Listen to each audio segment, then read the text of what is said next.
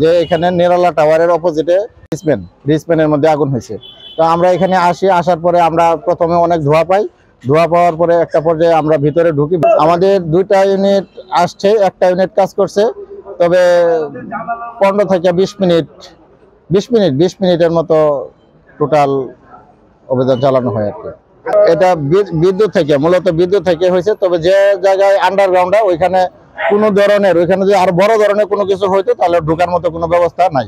ওটা আসলে আন্ডারগ্রাউন্ডের মধ্যে পড়ে না। ওটা মূলত ওইখানে আসলে কি হিসাবে রাখছে, এটা আসলে এটা খুব রিস্কেবল একটা জায়গা। ওইখানে যদি আগুন বড় ধরনের ঘটে কিছু করার মতো থাকবে না। এর ভিতরে ঢুকে দেখি যে নিচে আন্ডারগ্রাউন্ড, ওইখানে শুধু একটা সরু একটু ছোট একটা সিঁড়ি, আর টোটাল এটার মধ্যে একটা ফ্যান ছিল। ওই ফ্যানের মধ্যে আগুন ধরে, ওই পার্শ্ববর্তী কার্টন ছিল এবং বিভিন্ন পোশাক ছিল।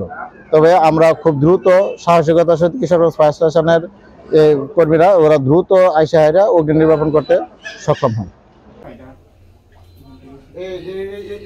এইগুলির মধ্যে আবার কার্টন রাখছেন কেন? এই সেক্টর থেকে আসতে আছে? না আচ্ছা ঠিক আছে, টোটালে দেখ।